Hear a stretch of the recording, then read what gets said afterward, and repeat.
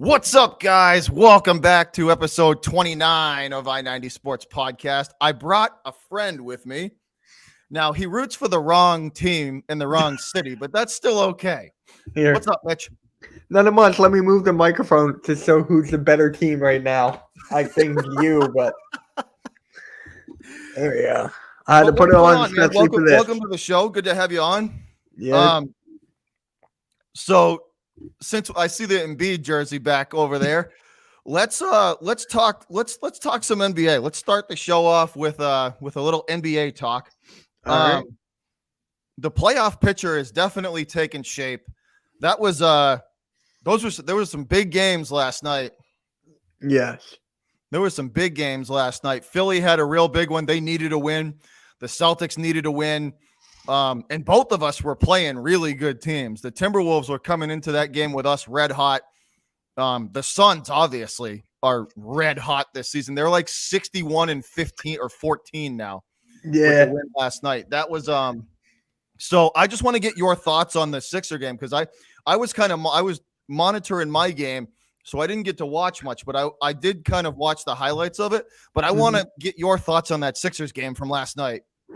Well, first of all, thank you for having me on. We've been going back and forth for like a while now, trying to figure out a day and time. We finally got it. We're here. So let's do this. Buddy. That was, dude, the first half, everything was going the Sixers' way, right? Everything was going the Sixers' way. Embiid was doing his thing. Tobias. I called Tobias Tobias because he's not worth that contract. He's terrible. So he was stepping up. I'm like, where's this Tobias all season? And Maxey was kind of doing his thing. James Harden was still like a ghost. And in the second half, flip of the switch. Phoenix took over. And it's actually kind of funny. We're usually the second half team. I was just going to say, aren't the Sixers usually a second half team? Yeah, we're a second half team. So I'm just like, what is opposite day? I said this on my live play-by-play. It's opposite day, right? Because now we're doing the exact opposite. Like, I kept kind of monitoring it, and the Suns were just slowly chipping away, slowly chipping away at that lead, and the third quarter was big for Phoenix. The third quarter was big for them. That was a huge game. We just couldn't stop Booker. Every time we play the Phoenix Suns, Devin Booker goes off. Every single time. He's the second MVP behind Embiid. I'm just saying that right there. No, it's and like you just said, that team runs through Joel Embiid. If Joel Embiid's on and he's playing well and he's like into the game, then it shows. It trickles down. Like Tobias, feeds off of that. Maxey, who I like Maxey a lot. I think his ceiling is very, very high. I think he's going to be able to help you guys out a lot. Yes, I agree with that for sure. I mean, the fact that he dropped towards in 21, I'm like, that was a huge, huge steal. If you do the redraft now, he's arguably top 3 in the draft right now. Behind he's easily top 10, easily. Oh yeah, I said top 3. I think he's top 3, top 5, whatever. Maxey's a dog, and this kind of scares me a little bit right now because there's rumors going around about Bradley Beal possibly joining the Sixers this offseason. And I did hear that because his contract is up, right? I think it's up, or he's got one more year, something like that. But if we do have to trade for him, we would have to give up Maxey for that. I've seen no way of doing that without giving up Maxey because they're going to want young talent in return. Yeah, Washington's going through a rebuild. Maxey would be the focal point of that, and his career would flourish over there. But let me ask you though, would you do that? Would you give up Maxey for Beal? I would not, because here's why. If we get Beal on this team, he averages 28 points per game. You have Embiid averaging 30, and you have Harden averaging like 25 to 30. Yeah. It's like one ball. It's one ball. So Beal would have to take a backseat to like the third option. Yeah, no, you like you said, I don't see you guys if you are gonna go after Beal, I don't see you guys keeping Maxey. He would have to be a part of that deal because they would want young talent in return, young talent and picks in return. Yes, of course. And if we have to give up Thibault, I am fine with that. I'm actually fine giving up Thibault because his offensive game has been lacking as of late. Like, terrible. I think he just had 3 points last night. So, yeah, I think he had 3 points last night or something like that, Thibault. Bill, we're gonna get into some NFL stuff too. But what's up, guys? What's up, Brandon? What's up, Grego? What's going on, squad? Welcome in. Welcome back to episode 29. Appreciate y'all showing up. So, Mitch, I just want to ask you real quick, man. What was your instant reaction to getting James Harden? Because I didn't think they would. I didn't that kind of shot. I know his contract was big and they were trying to move money and trying to move some stuff around, but that was a shock to me that they actually let that happen. But so what was your instant reaction to that? My instant reaction, I was doing a live play-by-play. I was going to do something personal behind the scenes during this time. I was doing actually a live thing with Coach Dante. And once I came back, he was like, Mitch, it happened. It happened. I'm like, what happened? What? You guys James Harden. I screamed. I legitimately screamed. I'm going to send you the clip when it's over. But it's like this. Dude, I wanted Bradley Beal over James Harden because Beal would have been a better fit in my eyes. Or I would have taken Tyrese Halliburton or Buddy Hield in that trade. Yeah. The fact that we got James Harden is kind of predictable as well because I called this a year ago, a month ago, something like that. I called this. If Daryl Morey wants Harden, he's going to get James Harden and boom. He's going to get him. Yeah. Yeah. But if you guys, I will say this though, if you could somehow get Bradley Beal and not have to give up, too much, maybe Maxey and a couple of picks, Bradley Beal, Harden, and Embiid, that's a lot of offensive firepower on one team. How would you feel if the Sixers got Beal along with those two? They would most definitely. That, like I said, dude, that's a lot of offensive firepower on one team. Because right now, the way you beat the Sixers is you shut down the rest of the team because Harden can only do so. Embiid can only do so much on his own. So, slow him down as much as you can. But if he scores 36, 40 a night and everybody else does nothing, Embiid's going to get his points. He's a good enough player where he's going to get to the free throw line. He's going to get his points. He's going to get 25, 28, at least a night, 30 a night. So it's he's already going to get that. So just work on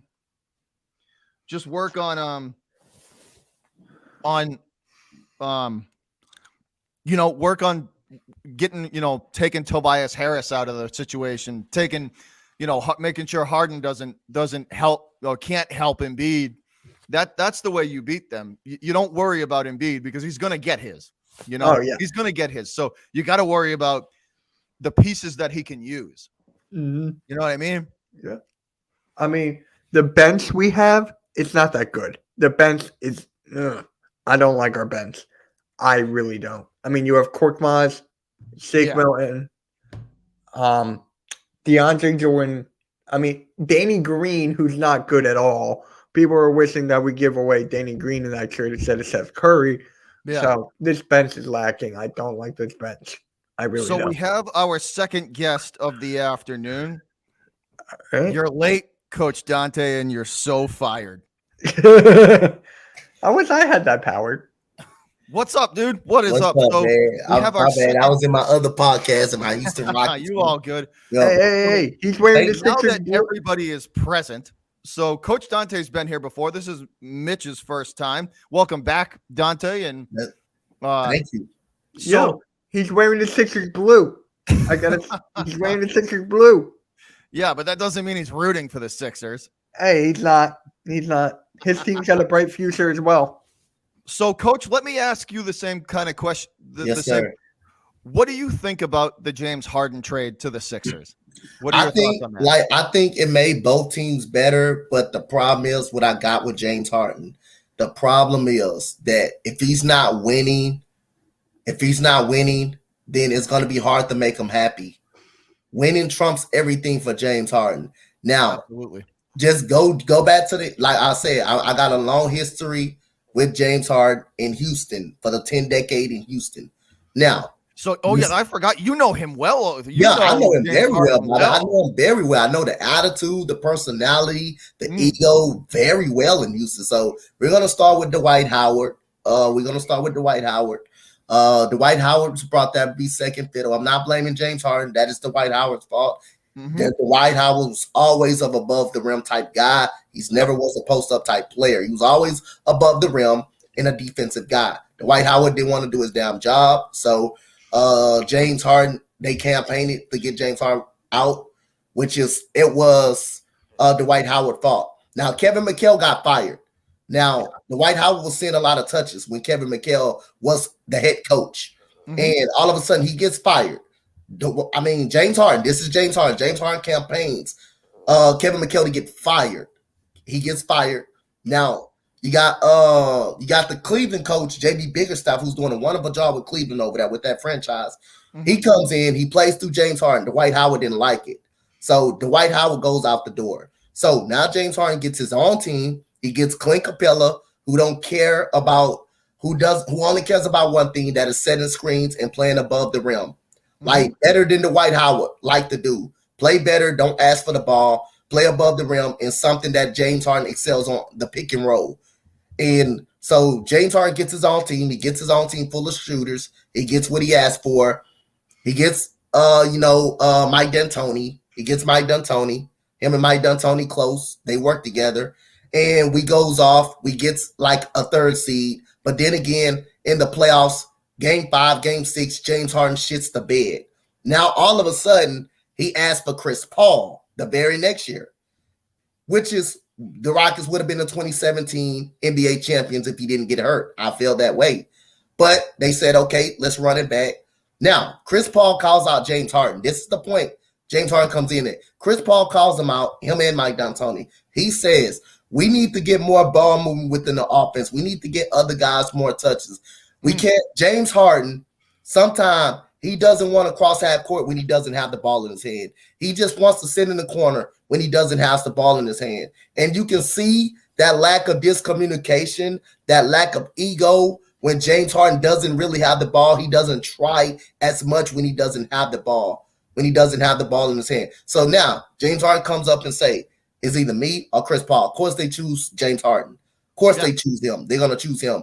Chris Paul goes to Phoenix. He's in the NBA goddamn finals. Well, thank you, James Harden, for running them out of Houston. Thank you so much. But the very next year, he goes to OKC. OKC wasn't even supposed to be a playoff team. Chris Paul makes a difference in that locker room. They almost beat Houston in a 7-game series. The very next year, he goes to Phoenix. They're our championship team. Okay, James Harden, now go get your buddy Russell Westbrook, who nobody can't win with. All of a sudden, they trade Clint Capella. All of a sudden, because he's in the paint. He's packing the paint every time James Harden and Russell Westbrook goes out of the paint. Russell Westbrook played his best ball before the COVID. All of a sudden, playoffs comes. Russell Westbrook, all of a sudden, as a shit shell of himself against the Lakers series. But that's not all you need to hear, Bobby and Mitch. That's not all you need to hear. Now, it was rumors in the offseason. Russell Westbrook don't want to play with James Harden because you know why? James Harden will come to practices late. He would get on planes. He would not be on a road trip with the team during the games at the time. James Harden called all the shots.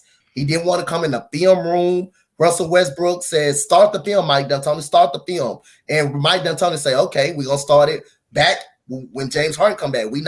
Russell Westbrook said, no, we not waiting. Start the film. If he's not here, he's just not here. So Russell Westbrook gets out next year, carries Washington in the playing team. So this is the point I'm really trying to make.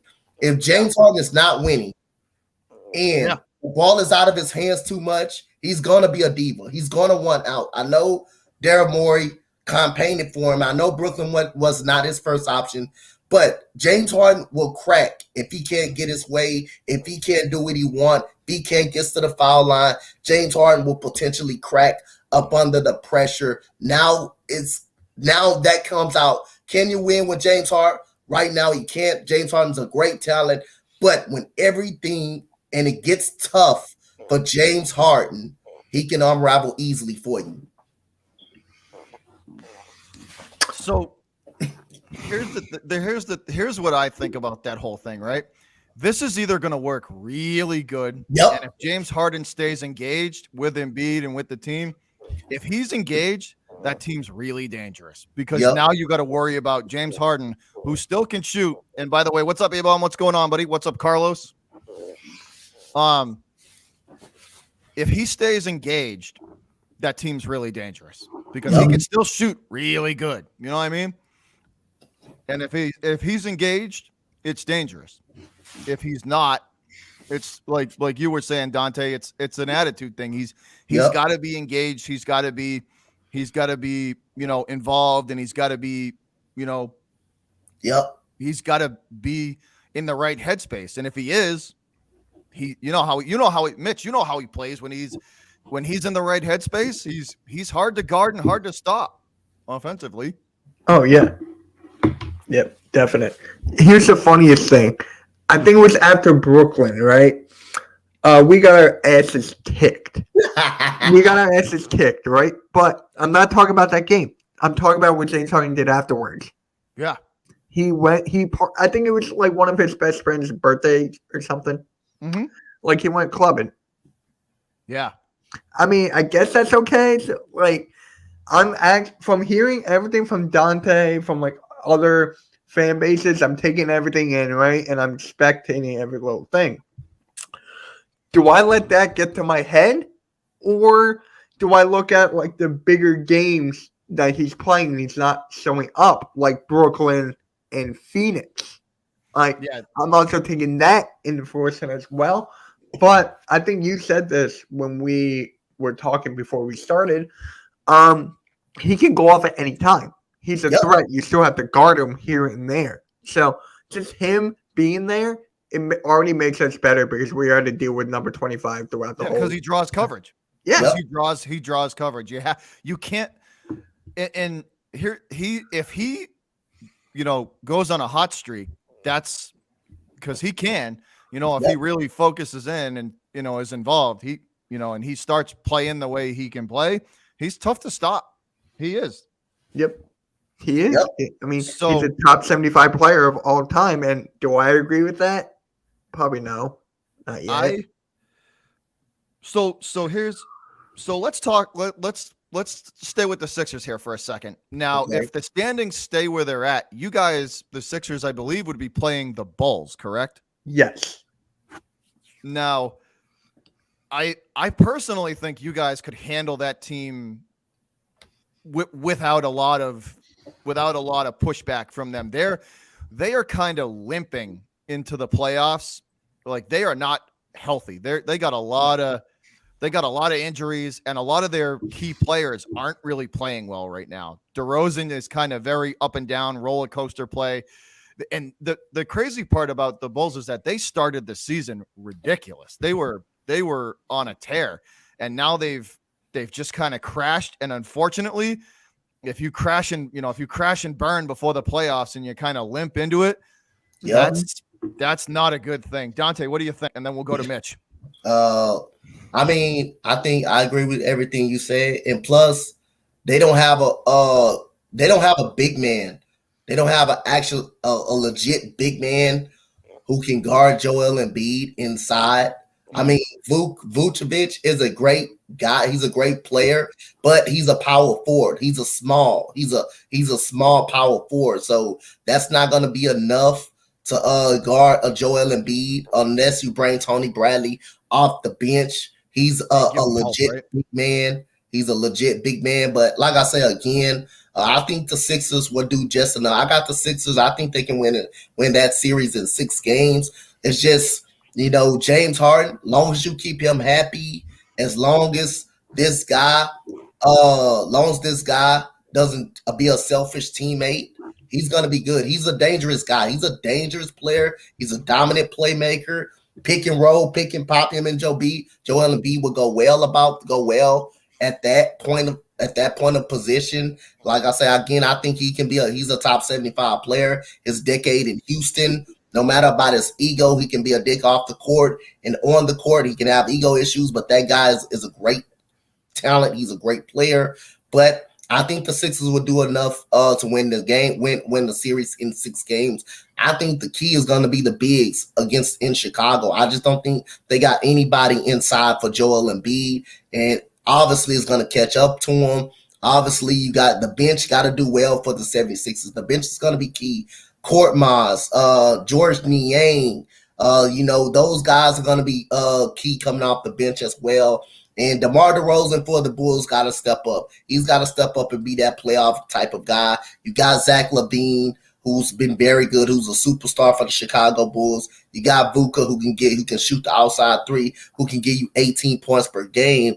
But the key for me is going to be the Sixers bench. Can the Sixers get some stability off that bench, and Danny Green in that bench provide a spark? And you got Tyrese Maxey for the Philadelphia 76ers, who also averaging 18 points per game. I just think it may be too much firepower for the Bulls to cover. And you got Tobias Harris, who can also be streaky as well on the offensive side of the ball for the Sixers. The Sixers just have too much for the Bulls to handle. That's what especially in the shape that they're in. What do you think, Mitch? Now, for me, Sixers have too much firepower, yes. But to me, it comes down to Tristan Thompson for the defensive side. Yeah. Because I know he can hold his own. He can. We've seen that time and time again. But when it comes to Joel Embiid, I don't think so. So Tristan Thompson will have to get more minutes than Vuka on that. And here's another thing, too. Doc Rivers. Doc Rivers' rotations are ass. It was like towards the end of the third quarter. Devin Booker was still out there. I think we had Maxey. No, we didn't even have any starters out there. We had Sig Milton, Danny Green, George Niang, DeAndre Jordan, and it wasn't Korkmaz. I forget the last guy. But he does that every single time. I am sick of it. And I'm telling you right now, if we do not get past the Bulls in the first round, he's gone. I'm telling you right now, with this roster we got, he's gone. If we don't get past the Bulls. See, I was thinking right here. Now, you just got James Harden. James Harden already said he's going to come back for next year. If Doc Rivers loses early, you know what I would do? I would give him another opportunity. But next year, with a full season with this roster, if he can't get the job done, then you gotta put him on a hot seat next year. Yeah. This year you just got James Harden. It's gonna be a lot of pressure on you to win this year. Far enough. You make this trade, you got to get something done. You got to get to the finals. You got to at least get to a damn Eastern Conference Finals. But next year will be the year for Doc Rivers. If he can't get anywhere next year with a full roster, with a full James Harden, a full season, that's when you make the move. I think that's when the pressure will clamp in next year. Mm-hmm. I mean, we've always had pressure to win with Joel Embiid on the floor. Yeah, and but you got James Harden. You got James Harden. I know. But I'm going back to the team where we were so close to win, but it took Kawhi Leonard triple doink.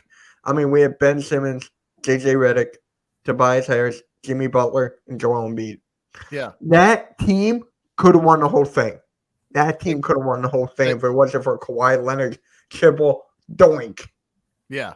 It's even more pressure on James Harden because he forced his way out of two cities to get to this point. He forced his way.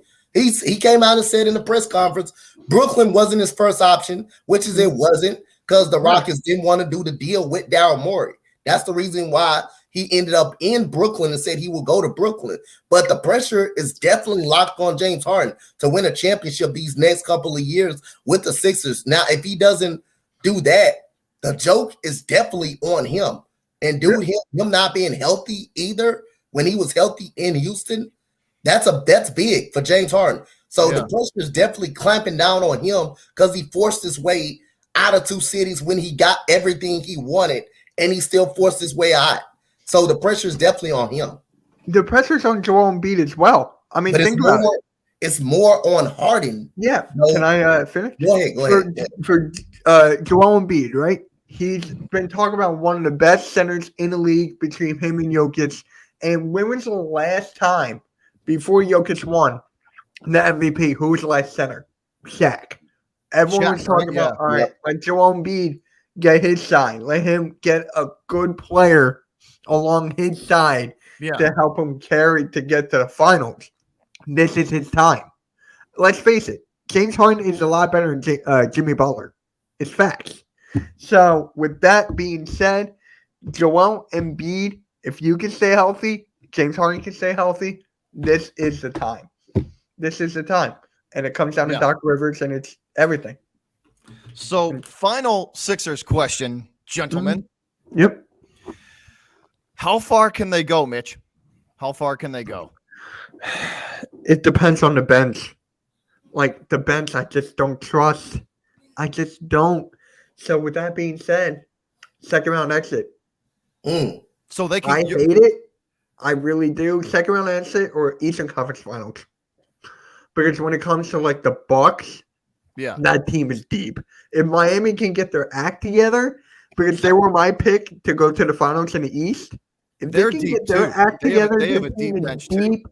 Tyler Hero, the 6th man of the year, that's my guess right there. They're a good team. Not the Bulls. Who else am I forgetting? I'm guessing the Celtics too.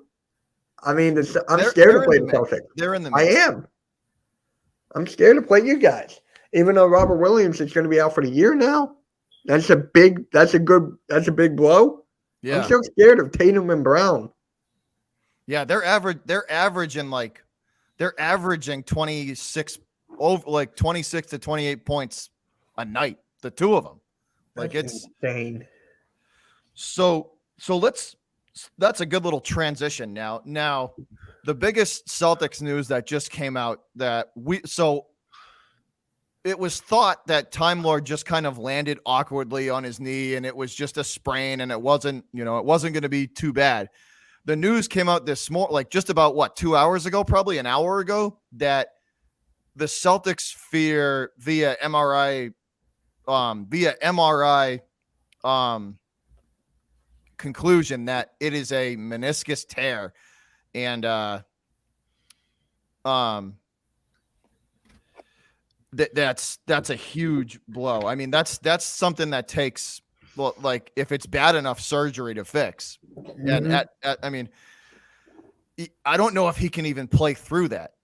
I don't know. I don't know if he can play through that, but my guess is that he is done for the year. That would be my guess. They probably just haven't announced it yet because they don't want to, but that's my guess. So that affects the Celtics huge. It means that Horford and basically Daniel Tice are going to have to fill that void, and they're not as good or reliable as Rob Williams is. Dante, what do you think? And then we'll go to Mitch.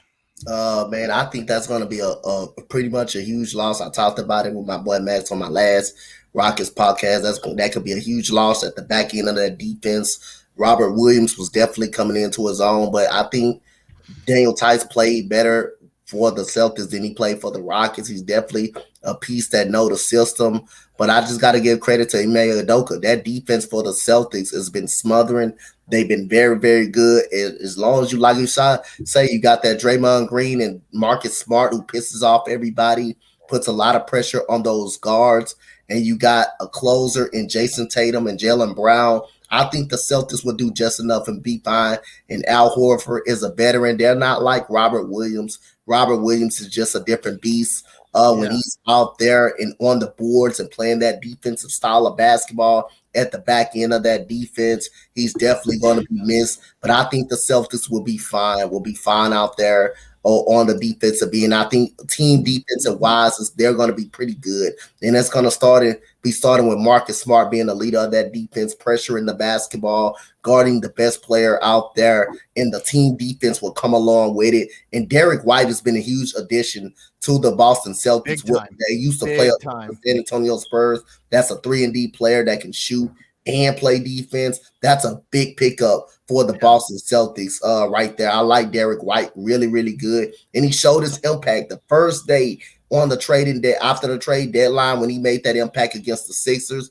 That's how good Derek White is. Derek White has been a huge piece for the Boston Celtics. And also you can throw Grant Williams in there, who's a big body as well. You can also throw him in there. So I really like this culture that the Celtics are putting out there. I really like that coaching tree that Ime Udoka got coming from Greg Popovich, a championship winning coach, and he used to play for there, won a couple championships with him. So hey, give credit to that defensive side of the ball right there that he preaches, and Marcus Smart being an emotional leader of that defense and leading that defense and putting ball pressure on those point guards and guarding the best player on that team. So I think the defense still going to be gelled out pretty well. It's going to be less rim protection because of Robert Williams out there in rebound, but I think it's going to come down to the team defensive wise as a whole. But I really like what these Celtics are doing, and Derek White is a huge addition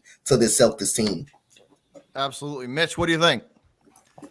Robert Williams, that was just a huge blow. I mean, I don't want anyone's team to be injured, to be like, I want every team to be 100% healthy, every team to be good, but it sucks, man. Now you got to rely on Horford. We've both been down that route many of times. So we've both been down that route. And Daniel Tice, do you think that they're going to rotate, like have Tice start one time and have Horford start the other? I think it's going to be matchup based. I think it's going to be matchup based. Who fits the one thing that really is Rob Williams' reliability. Like Horford, you're going to have to rest. You know, I mean, the knees. Yeah. I don't think you could just roll with him through the whole playoffs because his knees are just not what they used to be. So they're going to have to go matchup wise. Like if Tice matches up better, then they'll put him in. If it's Horford and they need a big, then they'll if it's Horford, they'll use it's just going to be matchup based. If they need a big in there, it'll be Horford. If they want to go kind of speed and ball movement in that kind of direction where the team that they're playing is a little smaller, then they'll use Tice. Mm-hmm. And actually, I want to make a shout out to Brad Stevens because as soon as he made the GM or became the GM or owner, whatever role he is, he let Kemba Walker walk. Yeah. Like the very first move. So I got to ask, how do you feel about that when Kemba Walker got? I think a lot of Celtic fans could see the writing on the wall. Like they knew Kemba was. It's sad though because Kemba in Charlotte was like Charlotte Hornets. Kemba in his prime was really good, but unfortunately, we kind of got him on the back end of that, and I think they took a little bit of a risk knowing that his knees weren't too good. Anytime an NBA player's knees go, it's never good. Like that's if an NBA player's knees go, that's something you don't come back from. You got to just from that point on, it's pain management, and that affects reliability. And if you're not on the court, it doesn't matter how good you are. Mm-hmm. And shout out to Key in the building. Y'all won't be number one for long. Wait. I should shout out to Key. It's okay. It's a mental disorder that you root for the Sixers. It's all right. Oh, we're another thing you have to throw the Ben Simmons thing in there. Oh my God. Another thing that I thought that put the Celtics out there on notice as well, and I got to give credit again. I talked about it last time, me and my boy Max. Marcus Smart calling out the team earlier in the year when they were struggling. I mean, again, I know a lot of people going to think that's wrong. That's during the media, and you don't supposed to blast your teammates out like that. They did have a team meeting right after that going into Orlando, but him calling out the team really was good for them because that's what emotional leaders do. Draymond Green basically did it for the Warriors, called out the team and saying, no disrespect to Orlando, but we don't supposed to lose to a team like that. That's a lottery team, basically. Mm-hmm. And that's a wake-up call. Calling out your teammates. That's like a wake-up call. Hey, let them know we can't play always down the stretch, play through Jason Tatum or Jaylen Brown, because teams obviously going to figure it out. We're going to either go to one of those two. If Tatum's struggling, Jaylen Brown is hot, we're going to go to Jaylen Brown. If Jaylen Brown is struggling, Tatum is hot, we're going to go to Tatum. So he's letting them know we're being too predictable right now, early in the season, of where we're going to go to, and teams are catching on to that. So I got to give credit to Marcus Smart for calling out the team publicly. Sometimes, it takes that. And that's what leaders do. And they had a meeting, they fixed it. Now they're in the first seed. See, it's funny you said that, because there were reports that that Marcus Smart, Tatum, and Brown went to Rob Williams in the offseason this year and was like, Rob, we need you to stay healthy, man. If you stay healthy, we're gonna, we need you, dude. We need you on the court. You're a difference maker, And he took that to heart. And I guess, reports are saying that he really took that conversation with the three of those guys to heart, and has been, doing the best he can to take care of himself and stay healthy. But like you touched on it, Dante, the two biggest reasons for the Celtics' success are the team defense, and they finally realized that they need each other. Like the ball movement was never there. It was hero ball every night. It was hero ball. It was Tatum and Brown thinking that they couldn't use the rest of the team because they couldn't use the rest of the team because they didn't trust him. And also Marcus Smart, them putting Ime Udoka, giving Marcus Smart the trust and saying, you're the point, Marcus. We need you to see the court and distribute the ball. And I mean, the guy he's doing exactly what every Celtic fan thought he would do. It's 12 to 16 points a night when you need him. He'll get you big points when you need him. 12 to 16 points a night and 9 assists. It's like he's that type of a guy. Yep, and I think that's a huge difference maker. Like I say, I 1,000% agree with Marcus Smart. He wasn't wrong. Sometimes, it takes that. I mean, so I definitely want to give a shout out because he's like the Draymond Green of the Celtics. He's the emotional leader. He got everything. Like without him on the team, the defense is just not it's just not the same. But like I say again, he's calling out the team. There's nothing wrong with calling out the team. Whether if you do it publicly or in the locker room. You wish you could do it in the locker room, but sometimes it takes publicly. Draymond Green just did it a couple of days ago from losing to the damn Magic. Hey, he came out and he said, I no disrespect to the Magic, but we don't supposed to be losing to the damn Magic. He didn't say it like that, but that's basically what he is saying.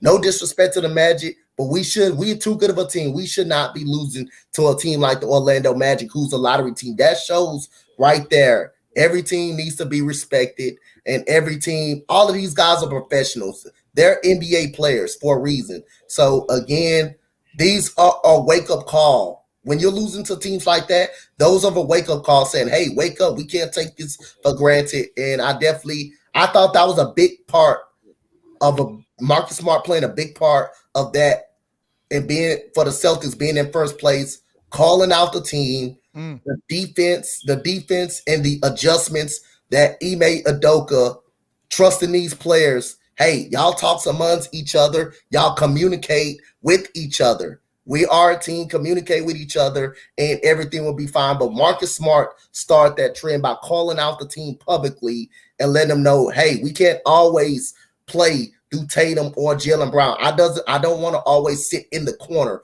and not be involved within the offense. So give credit to Marcus Smart with that call out, Rand. That was an excellent call out. And now the Celtics in first place. Now it's paying off dividends right there. Yeah, no doubt. So final NBA question before we move on to some football, to some NFL. Mitch, who are your sleeper? Who are you afraid of this year in the playoffs? Who's the sleeper teams that could ruin some people's days? The sleeper teams? Okay. Yeah. The Nets, if they can actually get into the playoffs. if they could actually fix everything right, Kyrie, KD, Drummond, people are telling me that they still want the freaking trade. They're telling me that, oh, you just made the Nets more better. I haven't seen anything yet. I mean, you lost to the freaking Hornets last night in Kyrie Irving's debut, but once they get it right, once they get it rolling, once they get the chemistry, the Nets, I can also see the Raptors because they have, experience on that team. They've been there before.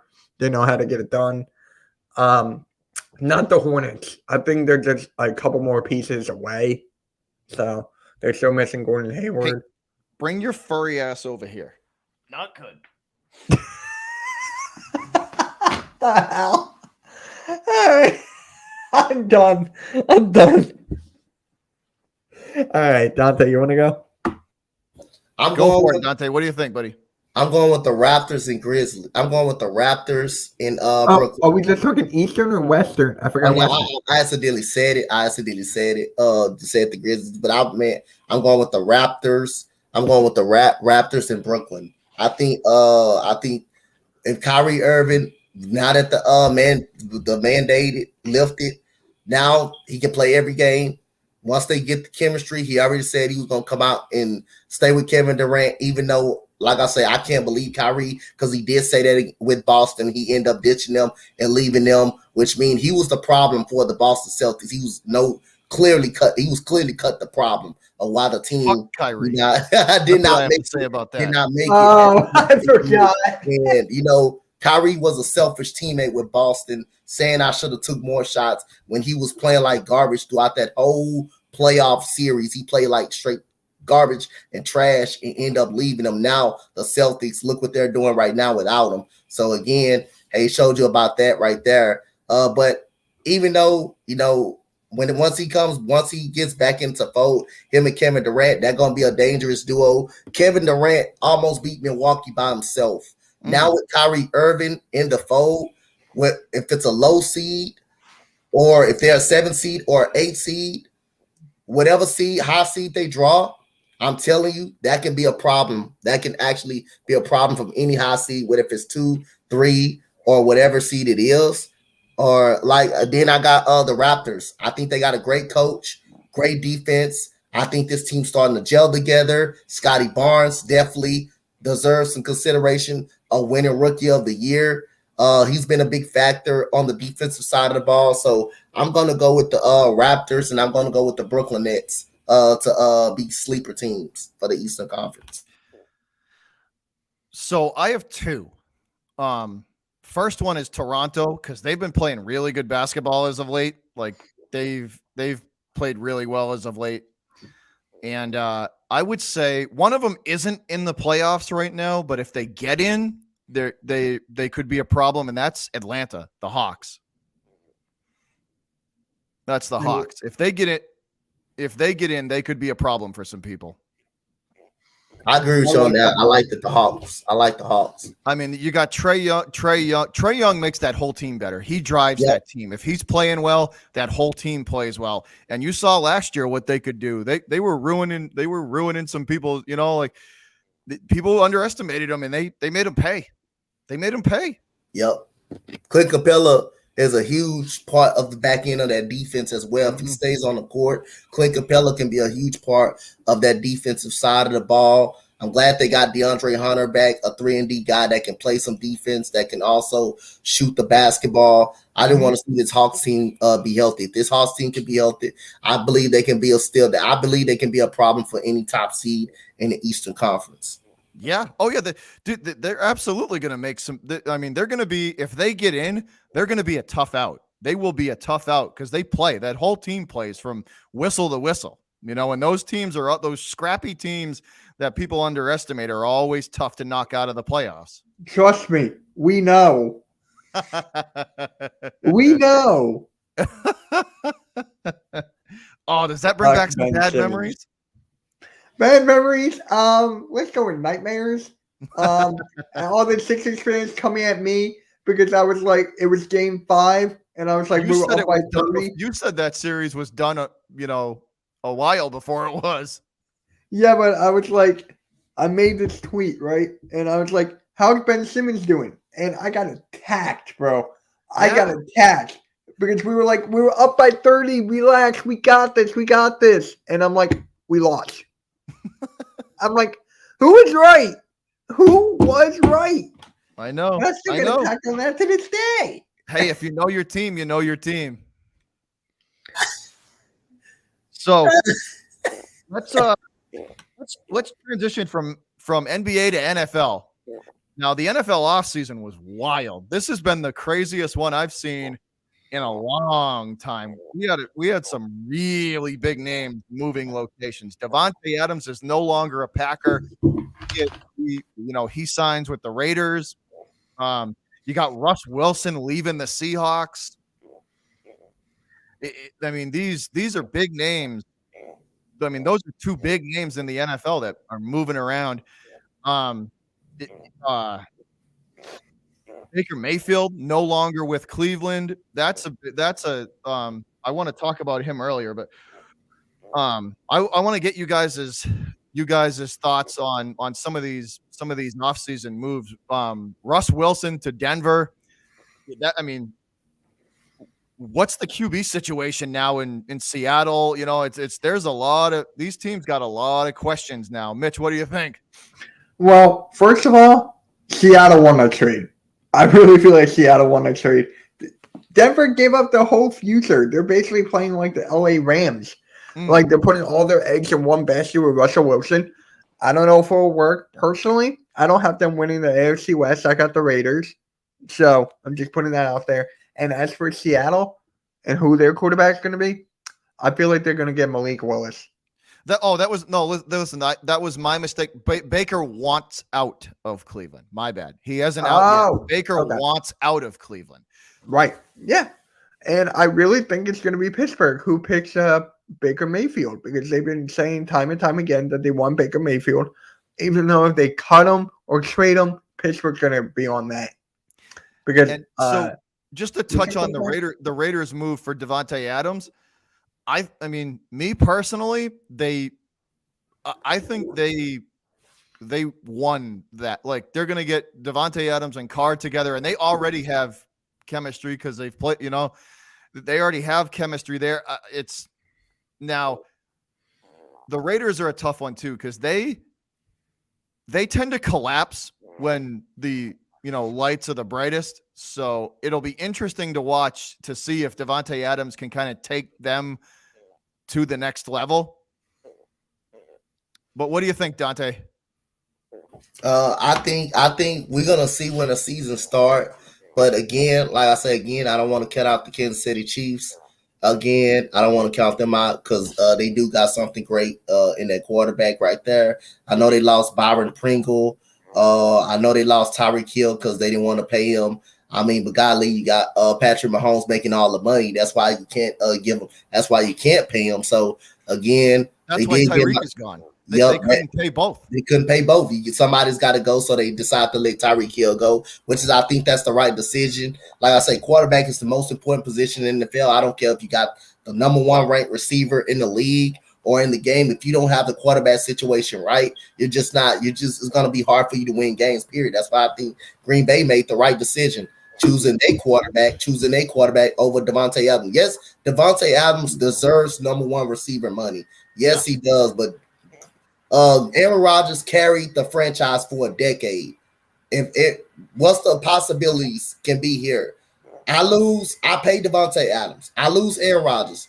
Do I trust Jordan Love to get us to a playoff contention type team or to a Super Bowl type contending team? So if Jordan Love was good, wouldn't he already be out there on the field?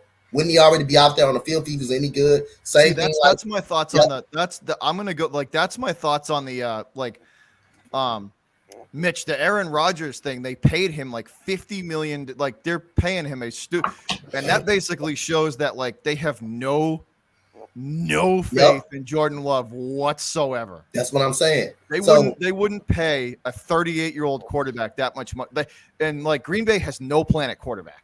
Yep. Yeah. That's what I'm saying. See, now you go back to Brett Favre's situation. Aaron Rodgers is really good. So now they move on from Brett Favre and Aaron Rodgers delivered a championship. See, that's the point I was coming at right there. Do they actually trust Jordan Love? Because he was good. If he was good, any type of good, and the Packers organization have any type of faith in him, he will already be playing, and they will already let Aaron Rodgers move on. So that's the point. I thought they did the right move of choosing the quarterback more than Devontae Adams. Now you're gonna really see how, like Max said, my boy Max Coverage is a Packers fan. He can tell you all of this. We're gonna see how good Devontae Adams actually is without Aaron Rodgers in the fold. We're not saying he's not a great receiver. He's actually a great receiver. He's the best route runner in football. Now with a different quarterback, we're gonna see how actually good he is. Was it Aaron Rodgers? Or was it him? We're going to see that this season, but I'm not counting out the Chiefs. I think they still can be fine. They got a bad defense, yes, but they've been to 4 AFC championships with that bad defense. They did get better on the back end, getting my boy Justin Reed from Houston, a good safety. He's a tier 2 type safety, not a stud safety. He has the potential, but he hasn't reached that level yet. They did lose Byron Pringle, one of their receivers. So now you got Kelsey. You got Kelsey out there. You got Valdez-Scantling, who's not really that good, who's just a speedster. Obviously, that's a downgrade from Tyreek Hill. Now you got the Chargers, who's gotten better as well on the defensive side of the ball. Khalil Mack is healthy. Austin Johnson as the DT, who had a great season with the Giants.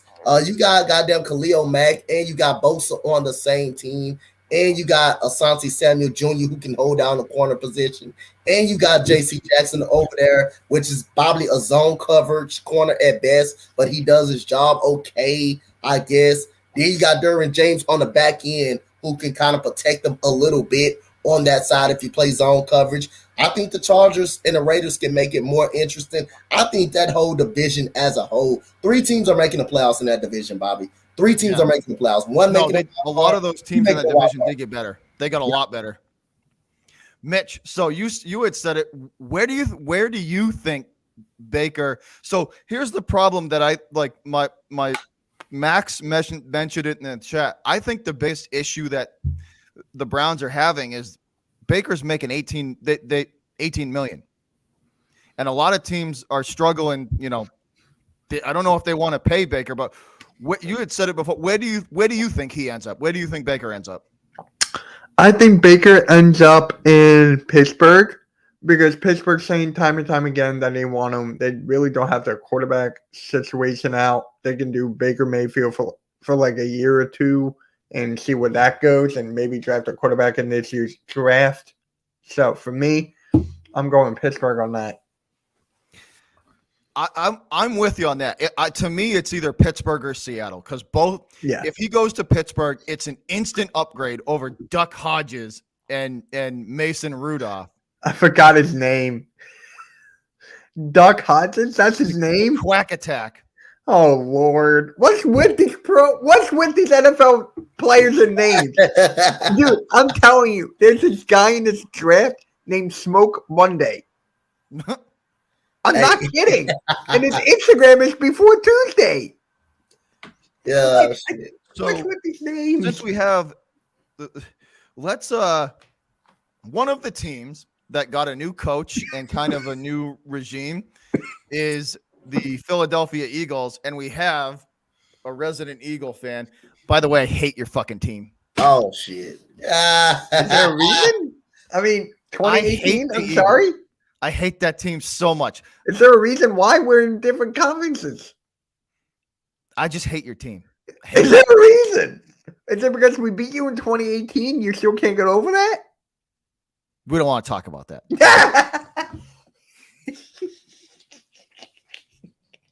I hate your team though. It's okay. I thought you would hate the Giants more. No, I hate the Giants too. Fuck that team too. All right. So, what's your question, man? So, first of all, I just want to talk about the new coach. What are your thoughts on the new coach? How has he done so far? Do you like him? Do you think the team's going in the right direction? Do you think they're going in the right direction? What do you think of the new coach first? So for me, I'm just gonna go over the season. Really quick. Yeah. No, go for it, dude. It's all. This is what I want. Yeah, go for it. Yeah. So in the beginning of the season, right? He wasn't running the ball, bad play calls, all this stuff. We weren't doing anything. You heard the content creators. You heard everybody like run the dang ball. He would not run the ball. Against the Cowboys, he ran the ball 3 freaking times. I remember hearing that. They only had 3 rushes in a game. I do remember hearing that. Yeah. And Cowboys content creators are still making fun of me to this day. Like, geez. But anyways, it's like as soon as he went to the run game, as soon as that thing switched, we were on a hot streak, right? We were on a hot streak. We won like 5 or 6 games in a row. Perfect, right? We got into the playoffs. We did not even run the ball a lot. He changed his game like that. Again. So for me, it's just like, can you pick one scheme and stick with it all year long? Can you do that? But this other thing that just bothered me, it's just, I don't know if it's just me, other Eagles fans, if you're in the chat, you can vouch for me on this. He started out with rock, paper, scissors, bro. He started out with rock, paper, scissors for like competition, for like, I don't know. And then he was talking about flowers. He talked about flowers, and then our team switched. So what is in those flowers? But, maybe it wasn't a flower. Maybe it was a bud. Nick Sirianni, I mean, this season for me, just stick to one scheme for the whole year. I don't want to see. I mean, at least he's changing the game plan. At least he's making him better, noticing his wrong and stuff in his first year. Perfect. Yeah. Second year, I don't want to see any mishaps. I don't want to see like changing your scheme 1 point, then the next point, and like just keep it all the same. And just like we'll see where it goes. Well, I think all 3 of us can agree a good running game helps a quarterback. When you can run the football, it always helps a quarterback. Oh, yeah. Definitely. And that's where oh my God. Yeah. I don't want to say his name because everybody's going to be coming out of my head once I say this name. Go for it. Fuck. Jalen Hurts, all right? People are saying, like, he's not a good quarterback and everything. It takes time and all of this stuff. If you're an Eagles content creator, you get it all nonstop, and I'll be having an Eagles roundtable tonight. We'll get whole into that. Oh, my God. I can't wait for that. Oh, my goodness, boy. That's going to be crazy, boy. Vic is in it. Philly Jim is in it. Philly halftime. The Philadelphia Eagles fan base, Mitch, is very divided on him. Yeah. Oh my God! The whole fan base is. I'm telling you, it's ridiculous. The whole fan base there's a side of the Eagles fan base that really do think the ceiling with him, if he keeps developing, is very high. And then there's another, kind of side that I think that they saw what they saw this season and they were like, I don't know if he's it, and they don't believe in him. Yep. But like I said again, it's a blueprint out on him again. Like early in the season. Because we all watched the Eagles during the season, and like against Dallas, I thought Nick Sirianni, I didn't think they had a chance to win that Dallas game from the first start of the game when they got bombed on down the field by CeeDee Lamb for that first bomb in the game. I didn't think the Eagles never had a chance to win that game, no matter they ran the football or not. Nick Sirianni came out with a game plan to outscore Dallas, and you can't with that talent, and Dallas got that talent right there with Amari Cooper and Michael Gallup and CeeDee Lamb and Dalton Schultz and Pollard. You can't try to beat teams by outscoring, especially not Eagles. The Eagles weren't good enough to outscore Dallas, and that was the bad game plan from the start. Jalen Hurts threw the ball 40-some times in that game, and Jalen Hurts is not a good enough quarterback right now to do that. He's not a good enough quarterback right now to be thrown 40 times in a game to beat a team. And that's been Jalen Hurts' flaw all year, though. That's something he needs to work on. Like, the reason why the fan base is bashing him, because when they started running the ball, that takes a lot. That turns Jalen Hurts all of a sudden into a game manager. Instead of looking at when you do run a ball, you take more stress off his arm. You take more and more stress off his arm. His arm is a live arm now. He can make any throw.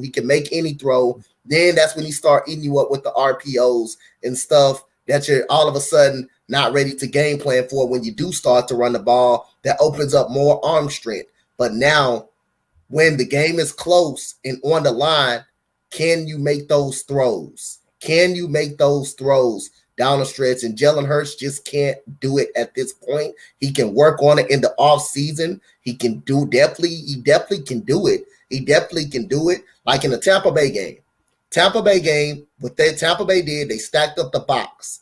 They watched film on Jalen Hurts. They stacked up the box. They put it in the box. We're not letting you run the football. Yeah. The first play of the game, what happens? Whitehead busts up the RPO read option, and after that, they couldn't run the ball. So now what does Tampa Bay do? We're going to go one-on-one with Devontae Smith, Jalen Reagor, Quez Watkins. They were open. Jalen Hurts just stared them down and just didn't find them. I counted at least about 5 interceptions he could at least threw. One he threw going away, fading away, and which is Devontae Smith, defender falls. He looks too late. He throws it off the back of he throws it off his back foot, and he throws it, and Mike Edwards able to come get the interception. So he basically waited too long. Quez Watkins over the middle on a deep post. He misses him. He misses Devontae Smith all game. He was missing those receivers. So Jalen Hurts, his real pro cons is he need to read defenses a little more better. He's going to get better at that. You can get better at that. His footwork, his arm talent needs to be a little better. But I think he can do it. It just takes time. It takes work. It takes a little work. And Jalen Hurts, he has a lot of talent. But again, he's got to get better. Stop staring off his receivers and being a one-read quarterback. He's got to get better at that. And Devontae Smith is their best receiver on the team. And you should have got more weapons for this guy. Now you're going to have to wait in the draft to get another weapon to see how really good Jalen Hurts is. You would not see how good Jalen Hurts is if you go into the draft, if you come out in the season and you have Devontae Smith as your best top-rated receiver. You can't see how Jalen Hurts how good is he really is. But right now, he's got a lot of stuff to work on, but he's got a lot of pros as well that he's very, very good at. But people not excited about his legs. They're gonna be more excited about his arm once he improves that arm. He's got to improve that arm. That's why Lamar Jackson, the first round exit every year, because he can't beat people with his arm. And Jalen Hurts got to get that fixed. Nobody cares about the rushing touchdowns. It's about the arm, beating people when you have an opportunity, when defenses are game planning for your legs, not your arms. You got to learn how to beat people with his arm. Now, you brought up a good point. And that's getting weapons for Jalen Hurts, right? So I want to go back to Carson Wentz, okay? He got drafted rookie year. Next year, 2017, the Super Bowl winning year. Sorry about that. Super Bowl winning year. Why you got to do me like that, Mitch? He got weapons. Why you got to bring up bad memories like that, huh? I'm talking about the beginning of the season where we got Alshon Jeffrey and Torrey Smith. He got Carson Wentz weapons right out the gate after his first year. This is right off the Hurts' bat, third year. Mm-hmm. Third year. You're not getting him any weapons. So this is what's telling me that he's going to look for a quarterback in the draft. It wouldn't surprise me. It would not surprise me. I was doing a lot of mock drafts. I was doing a lot on PFF. Dante and I made like a little joke. We were like, oh, 4th round, he'll get a quarterback. So each time we did a 4th round, we did a quarterback. Each time. I will pick Jack Cohn from Notre Dame. But it was just like, dude, it's looking, I hate saying this. Oh my God, I'm going to say this on a ground table tonight. I'm going to get smoked. But it looks like we're getting a quarterback. But there's another thing I'm looking at too, and that's the trading. Like, he was just about to get Calvin Ridley for a 3rd round pick. And then Calvin Ridley, he was doing something idiotic during the season, and that's why it didn't fall through. Yeah. So knowing that, could Howie Roseman behind the scenes, behind closed doors, be looking at like AJ Brown, Deebo Samuel, or DK Metcalf? If that I need to see it in order to believe it. Yeah. From what my eyes are telling me, we're getting a freaking quarterback. So that leads me into my next question, gentlemen, for the two of you. Mitch, how do you want the Eagles to draft this year? How do you want them to draft? Well, first, defense. defense. First three. We need to get a wide receiver. Like, that's a must. We need to get a wide receiver because once you have Riker and Whiteside and Ward along with Smith and Goddard, I'm like, we need more help, but strictly defense. Maybe a running back in the later rounds, because for me, I want Miles Sanders gone. I want him gone, but yeah, get a running back later in the rounds. So do you like Boston Scott over Sanders? I do, and I'm going to tell you why. Miles Sanders is injury prone. He is unavailable, and he's fumbled a lot of times. I forget how much times in 3 years, but he fumbled one time this past year, but he was injured twice. So imagine if he wasn't injured twice. He could have fumbled at least 2 to 3 times. Guarantee it. So for me, I like Boston Scott more than Miles Sanders, but this is Miles Sanders' last year on his contract. So for me, let him ride it out. Get a running back later on in the draft. And then just let him walk after this year, right? Yeah. And then Jordan Howard is an unrestricted free agent. Can we get him back? Like, seriously? We still have Kenneth Gainwell, who I really love. I love Kenneth Gainwell. He has 8 touchdowns his rookie year, as Miles Sanders has had 0. Goose egg. Kind of like Ben Simmons in a regular game. 0. Jeez. Coach, how do you want the Eagles to draft this year?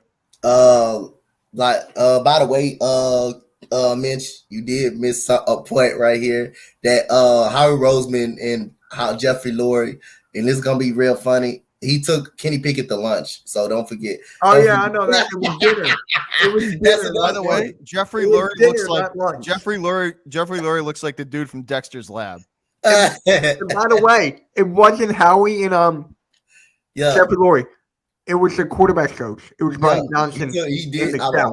The Eagles organization took him to lunch, so that's the scouting. It was dinner. It was time. But how I want them to approach the draft. This is how I think they're gonna do it. So my first priority was defense, but I think they're actually going to get a receiver. I think they really have to get a receiver. And just because they do got a linebacker in White, I still don't shy away from that. I still get a linebacker because White is on a 1-year deal. And if he doesn't perform, you can definitely release him if it's not working out. But I will go with whatever linebacker is available. If Devin Lloyd is available out of Utah, I'm taking Devin Lloyd. I think they can get a receiver, Traylon Burks or Drake London. I would rather go Traylon Burks because he can do more on the field. And I think you can get a cornerback. If Sauce Amon Gardner is there, I believe they can get a cornerback. So I would actually go linebacker, receiver, cornerback for the Eagles. That's how I would actually go. Because I think they need a receiver. Devontae Adams cannot go in this season with being your best wide receiver. It's going to be easy again to game plan for Jalen Hurts. People are going to stack the box all day again like they did last year. Like he caught on to him again last year. I believe you got to give him another weapon in there. So if I'm the Eagles, I will go linebacker, corner, and I will go receiver. No, I would have to agree. You need Devontae Smith needs help on the other side because Mitch and you guys had both said it. They'll just bracket him. They'll just bracket him and take him out of the game and just say beat us with everybody else if you can. So I would think for the Eagles, defense is probably the way that they may go wide receiver just to try and get him help first. And then I think a lot, like you, Mitch, like you had said, I think a lot of their draft is going to be defensive help on the back end. Yeah, defensive help. Yep. Defensive help. On the back end, though, cornerback, safety, stuff like that. And actually, I just want to say something before I forget this. Bobby, I'm jealous of your freaking team, bro. Because you've had quarterbacks for years.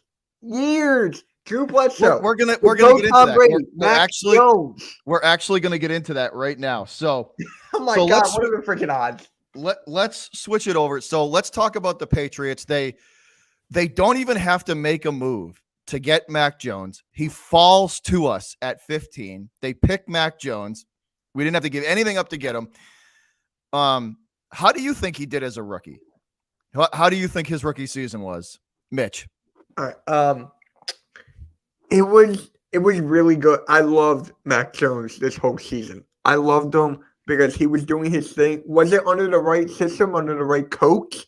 Yes. Mhm. I mean, that has just something to be deal with it. But hey, who is his wide receivers?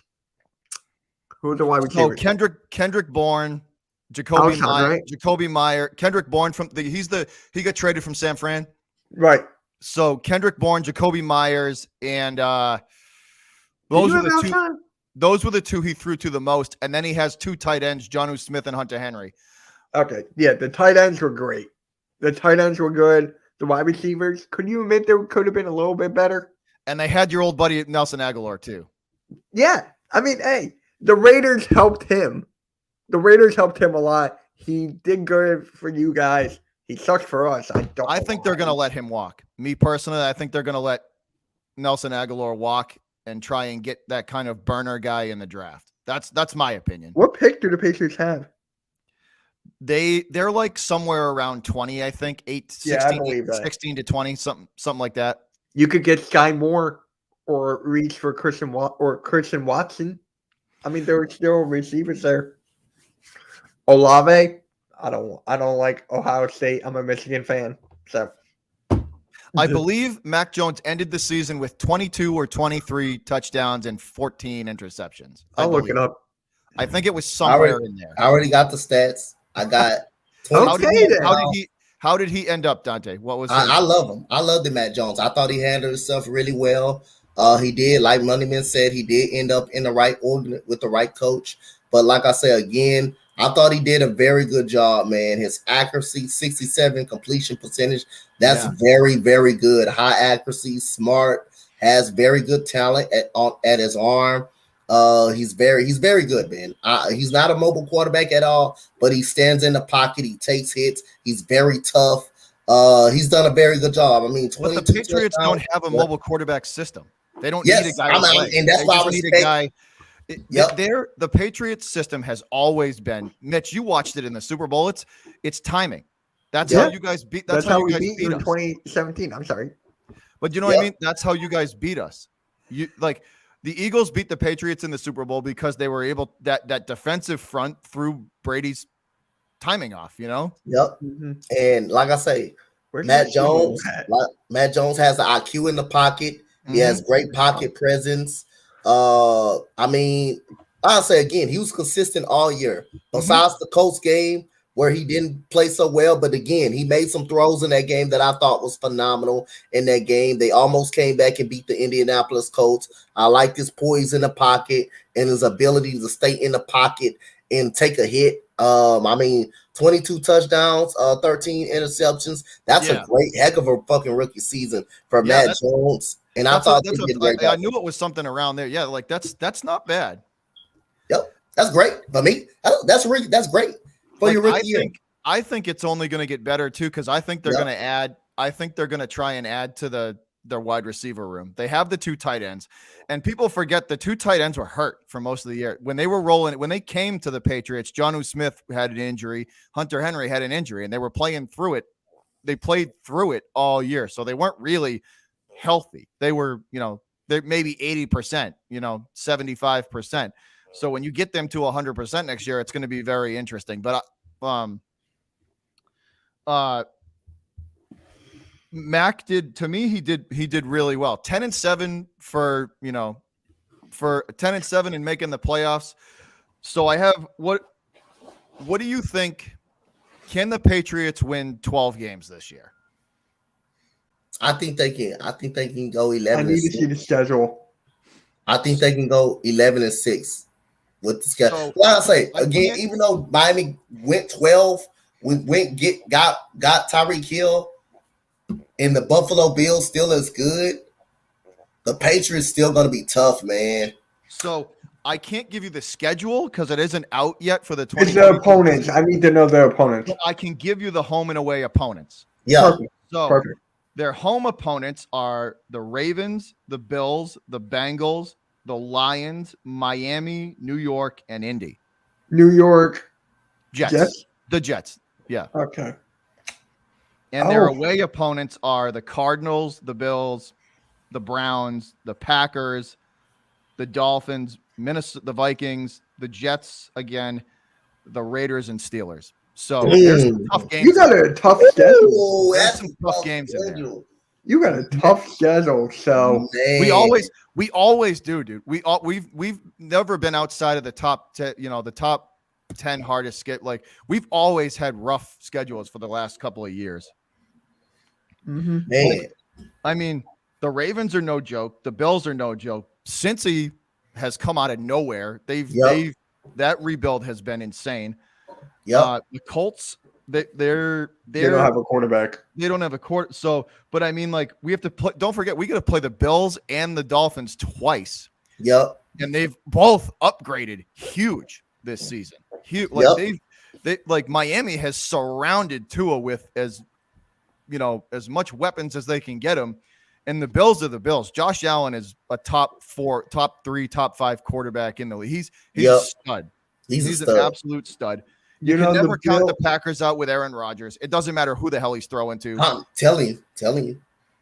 And then the Raiders got Devontae. So now we're gonna have to defend Devontae Adams now. With the Raiders.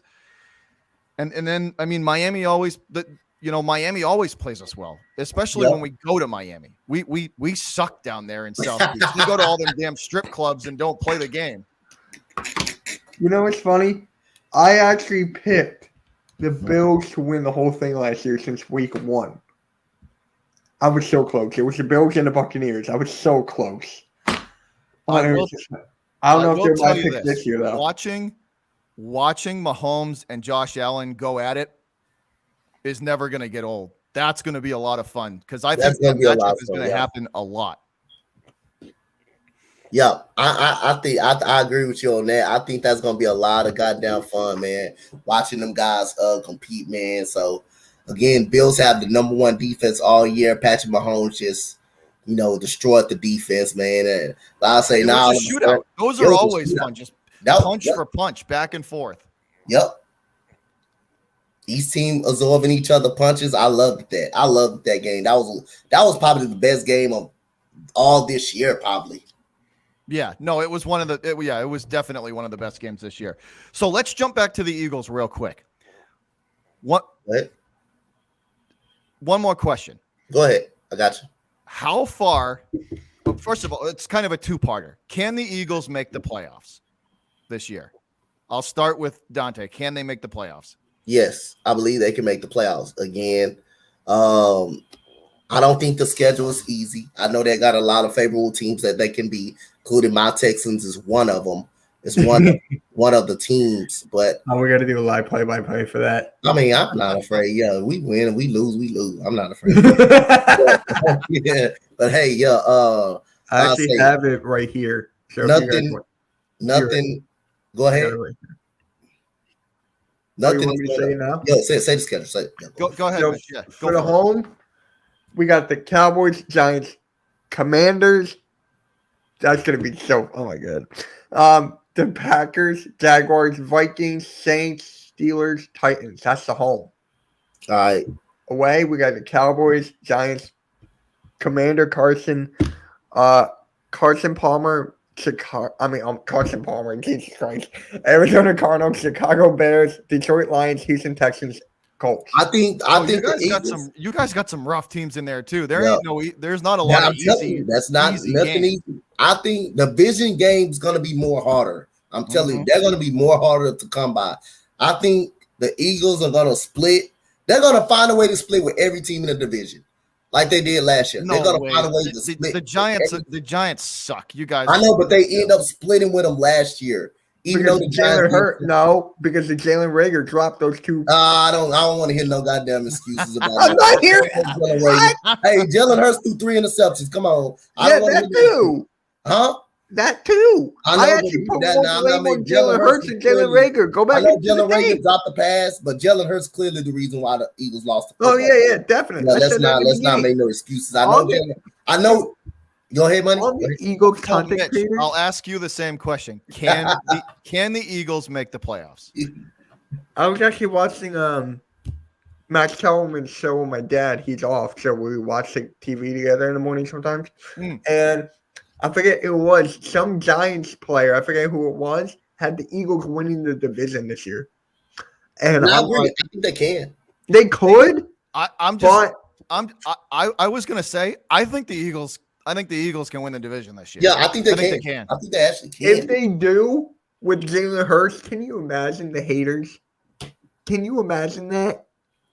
Oh my God! This is the first year, really, the division. If you look at the Eagles division too, Yeah, not a lot of like there hasn't been a lot of times where the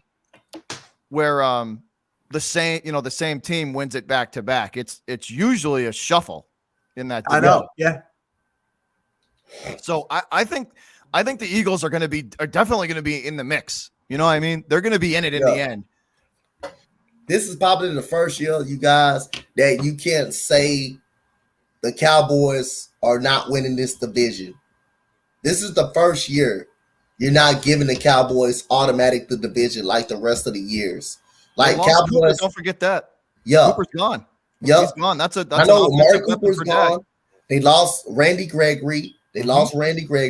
Michael Gallup is not going to be ready by the time the season starts. They lost Cedric Wilson, who was a good slot receiver for them as well. You got the offensive line. They lost Connor Williams, a big piece of that offensive line as well.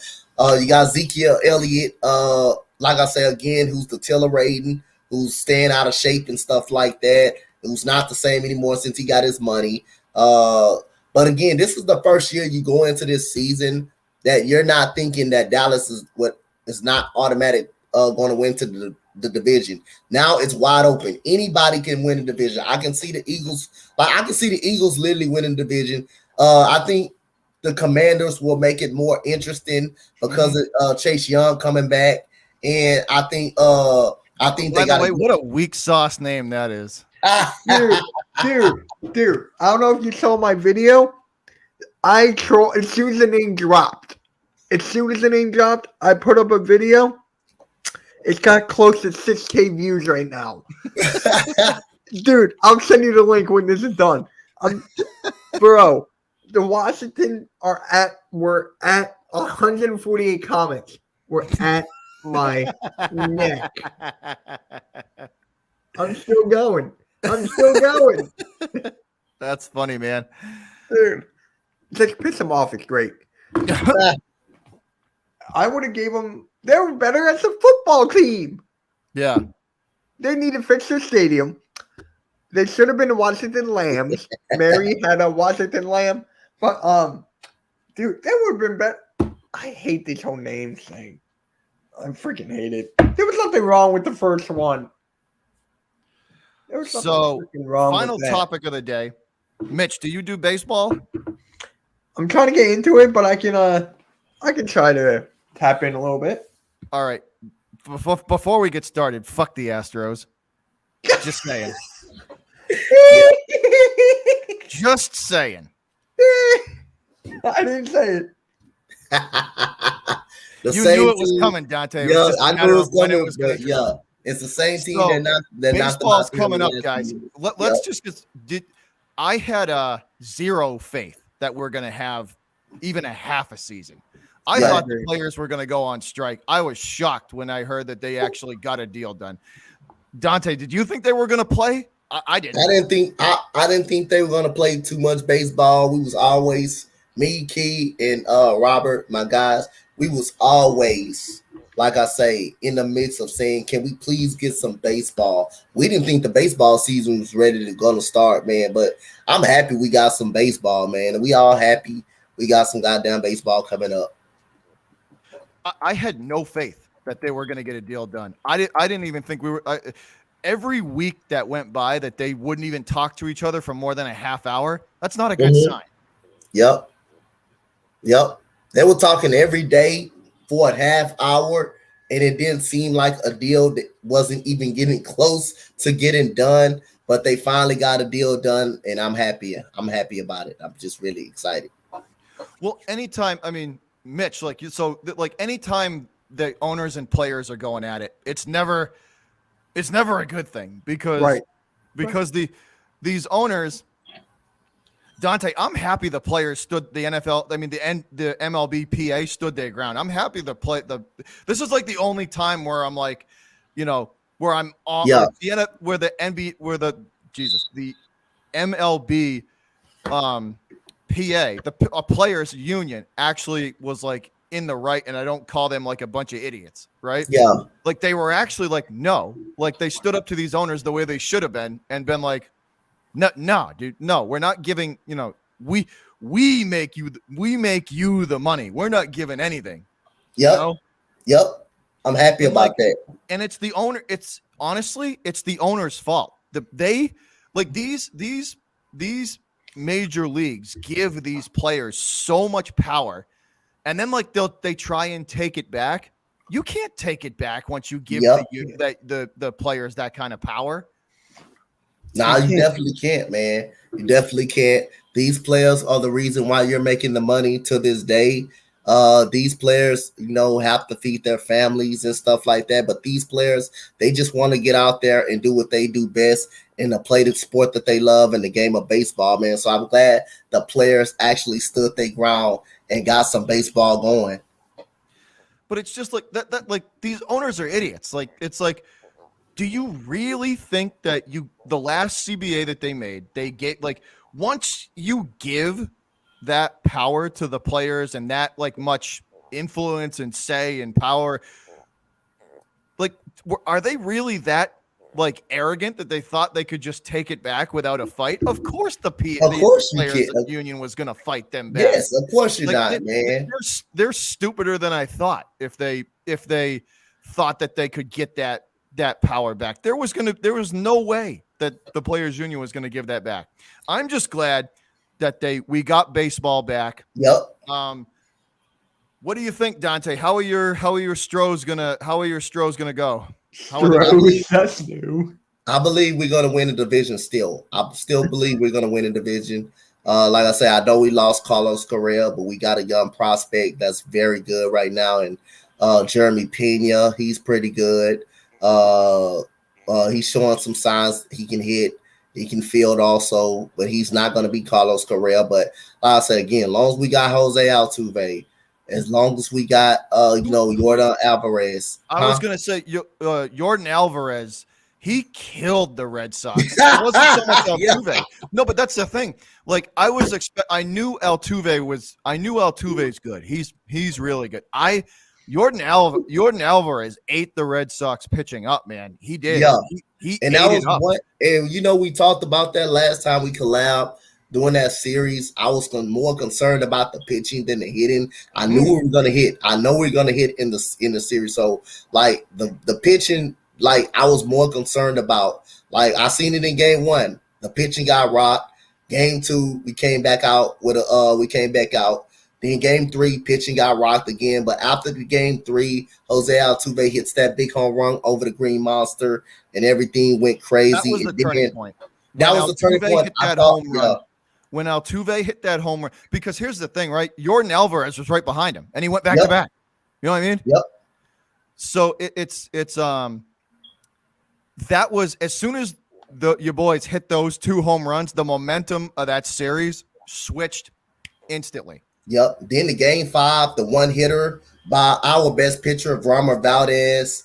And then, like I said, the Astros do a great job of putting up great at-bats and making the pitcher work. And I think they can still do that this year. I mean, they lost Carlos Correa. They lost him, but they lost him to a team with the Minnesota Twins. They didn't lose them to a contending threat or a playoff team. They lost them to a team that didn't have one of the worst records in the league. In the AL Central, a team that may not make the playoffs. So that's not so much losing Carlos Correa. I'm glad they didn't lose him to a contender. But, like I say, Jake Myers, we have some questions about our center field.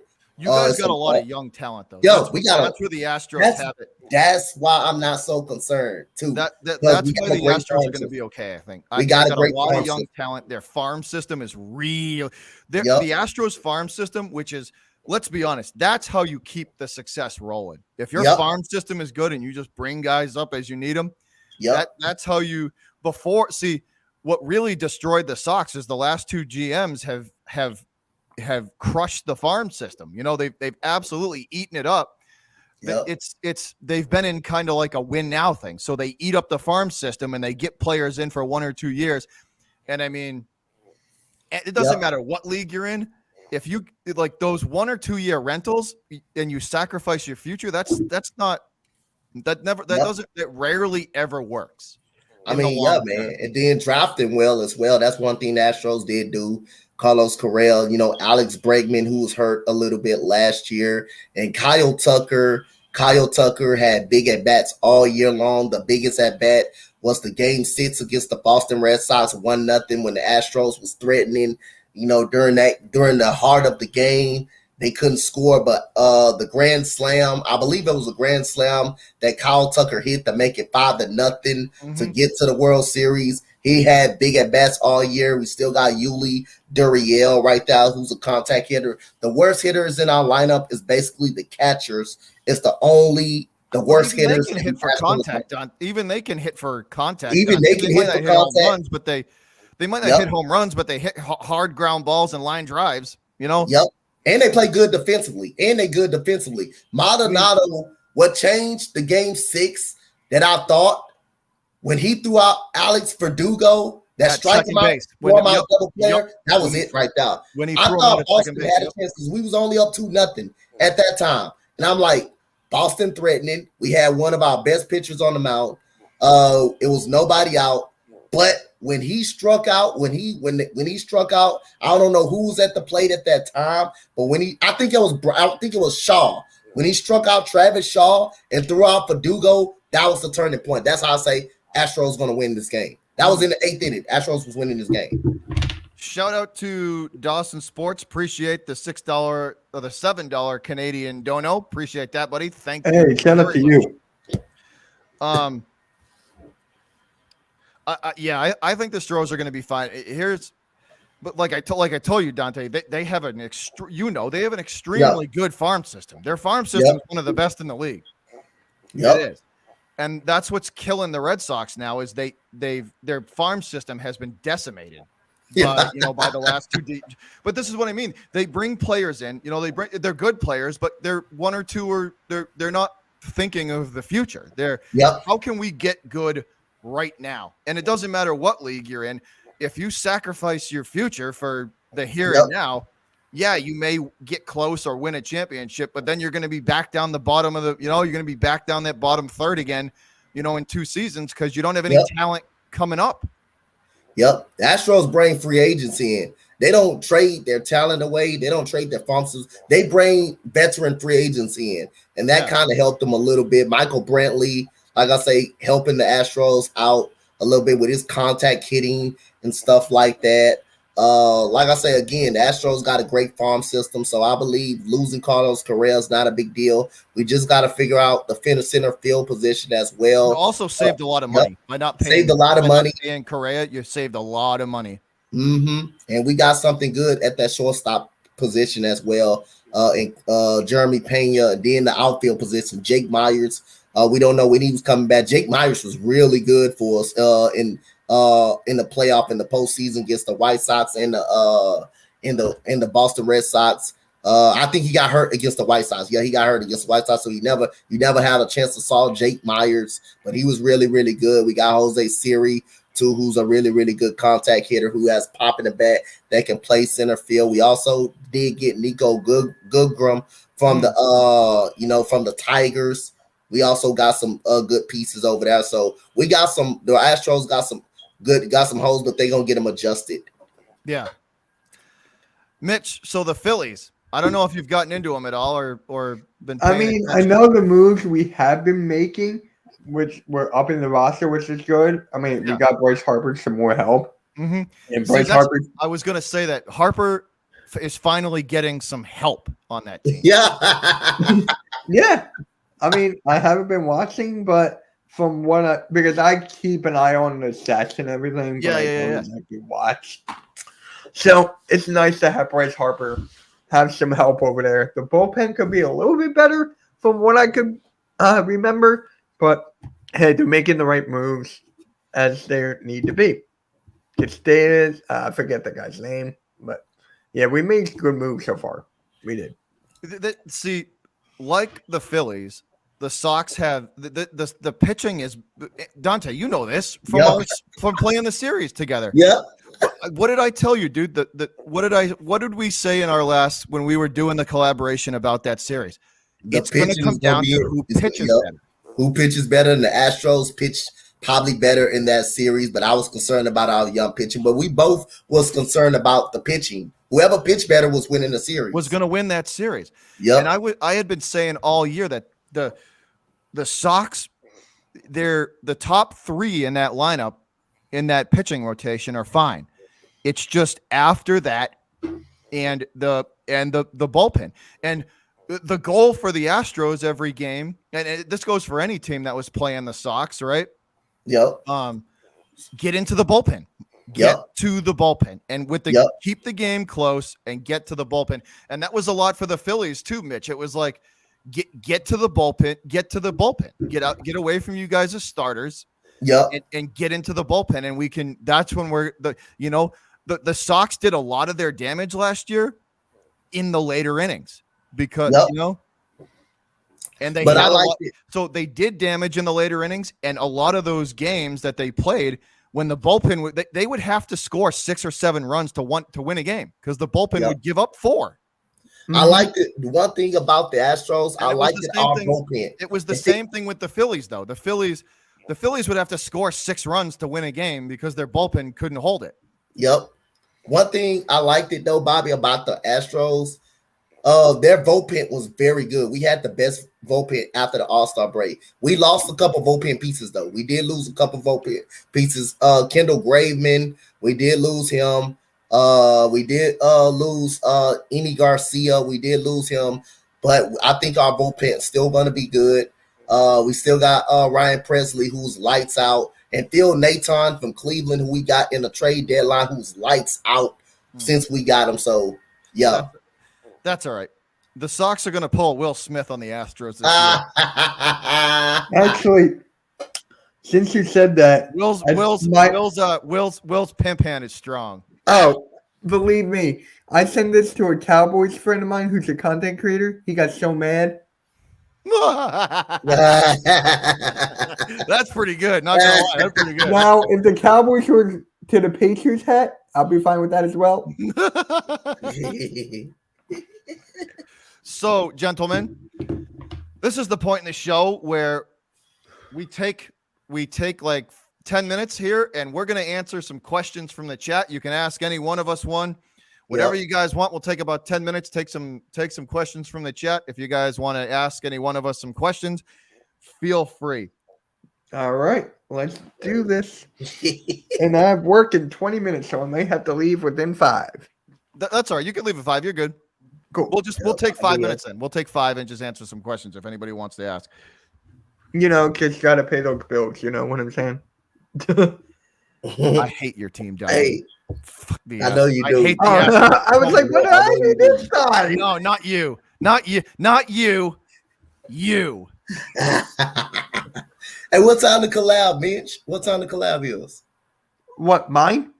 Yeah, I got you on the round table, like the round table. I think it's 8:30. You're doing a game, right? 8:30 Eastern. Are you doing a? Let me see. I think you're doing a play-by-play for something. What? Let me see. What time is the play-by-play? If not, you can just hop on. If not, if I'm not doing it, I'll just hop in. Just hop in. Who all gonna be there? Who all be in there? It's me, Tyler, my buddy, Philly Jim, Vic, and Philly Halftime. Okay. Do not bite the microphone cord. That's not good. Wait, what kind of microphone is that, by the way? This is a Blue Yeti Pro. Yo, I got the Blue Yeti. Yeah, it's the Blue Yeti X, the Pro. Yeah. Oh, I got the one that's $100 on Amazon. Mitch said when your bedtime is. What's up, Sin City? What's going on, man? So if you're gonna roast me, come up with something better. Oh, by the way, I'm just going to say this. I'm the champion of Spotlight Sports Network's March Madness and the Spotlight Sports Network's Fantasy Basketball. There you go. Dude, I had 3 teams in the Final Four. There you go. He had 2. He was right there. I had Nova in the championship game. That's what did it. Yeah. And I had Duke winning it all. Did you do a March gentlemen, before we sign off of here, Mitch, tell them where they can find you at, and then we'll go to Dante and we will sign off here. So where can they get at you, Mitch? So you can find me everywhere. Mitch Coxey on YouTube. Hashtag road to 2K. Right now I'm at 1,631. So hashtag road to 2K. And yeah, Twitter's right here. Mitch Coxey right here. Same with Instagram and all that. So you cover Eagles. You do the Eagle. What teams do you do? I do Eagles, Sixers. You can find me on the Spotlight Sports Network. I also do wrestling. You know, WWE, AEW, and stuff like that. So, Yeah. All right, cool. So it's like you said, guys. The Twitter handle is right there for him. His channel is Mitch Koski as well, and go and check him out. Yes, please. Dante, where can they get at you, brother? Y'all get at me, of course, Spotlight Sports Network. Well, I'm always doing basketball games. But I'm a Rockets, Texans, diehard Astros fans, Longhorns fan, college basketball. Y'all can find me at the Spotlight Sports Network, or y'all can find me on Twitter at Coach Dante 31 and on Instagram at Coach Dante 31. All right, guys. So make sure you get at these fine gentlemen. Give them some support. They support me, so we try and it's work. I don't know why I support a Celtics fan, but we may root for different teams, and you may root for the wrong team, but that's okay. Oh, okay. But we're all sports fans at heart, dude, and we love watching our teams play. You know what I mean? It doesn't matter. Just like I said, we're all rooting for different teams, but we love what we do, and it's like we love covering this man in the playoffs. Yeah, and try covering Harden. Don't worry, Mitch. We'll see you motherfuckers soon. You just take care of business.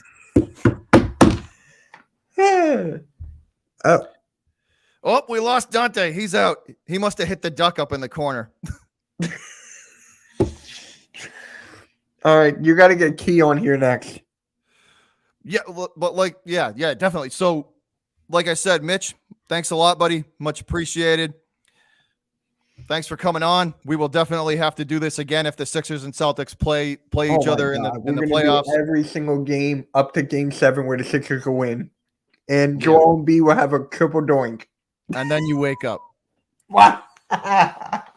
Thanks again for watching, guys. This will do it for episode 29 of the I-90 Sports Podcast. Thanks again to our special guests, Mitch and Dante. Appreciate you guys. Check Mitch and Dante out, guys. They support me, so please give them some support back. They're trying to build their channels. We all build the right way. We all have an excellent fan base there. It's a lot of fun, but we appreciate y'all. Thank you again for all of the support. Episode 29 in the books, and we're out. Goodbye, and fuck the Yankees.